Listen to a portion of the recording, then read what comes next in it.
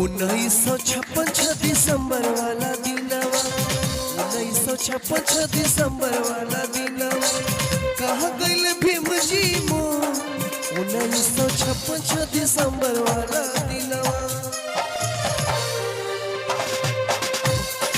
रोवे बहुजनवा भारत देशवा रोवे बहुजनवा भारत देशवा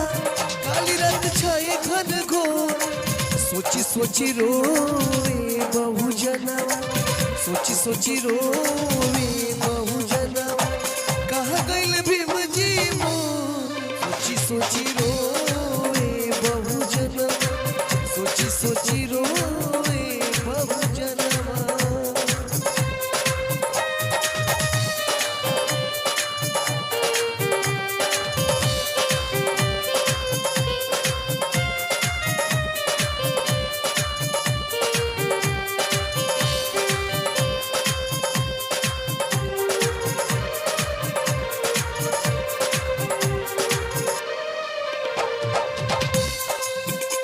जब भीम जी के मौत के आइल खबर पूरा दुनिया के रोवे बुझाइल नजर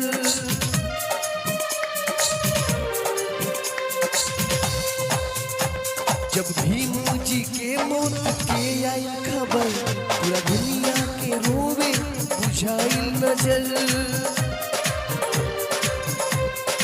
ओढ़ेला कफनवा रोवे वतनवा ओढ़ेले कफनवा रोवे वतनवा दिलवा के दिखले झकझोर गम से गमगीन भइलबा दिलवा गम से गमगीन भइलबा दिलवा कहाँ गइल भीमजी मोर सोची सोची रोवे बहुजनवा कहाँ गइल भीमजी मोर सोची सोची रोवे बहुजनवा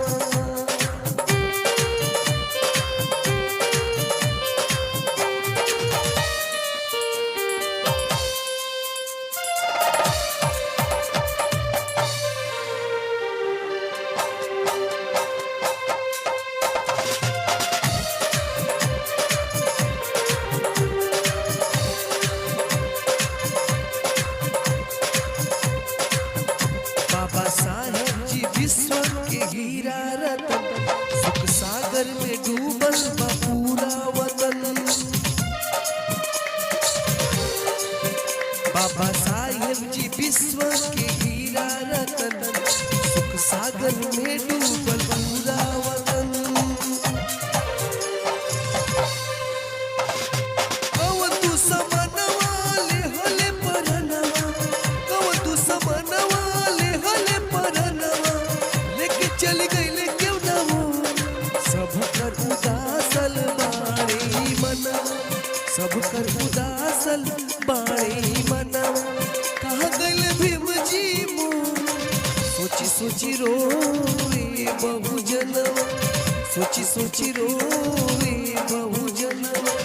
कहाँ गइल भीमजी मोर सोची सोची रोवे बहुजनवा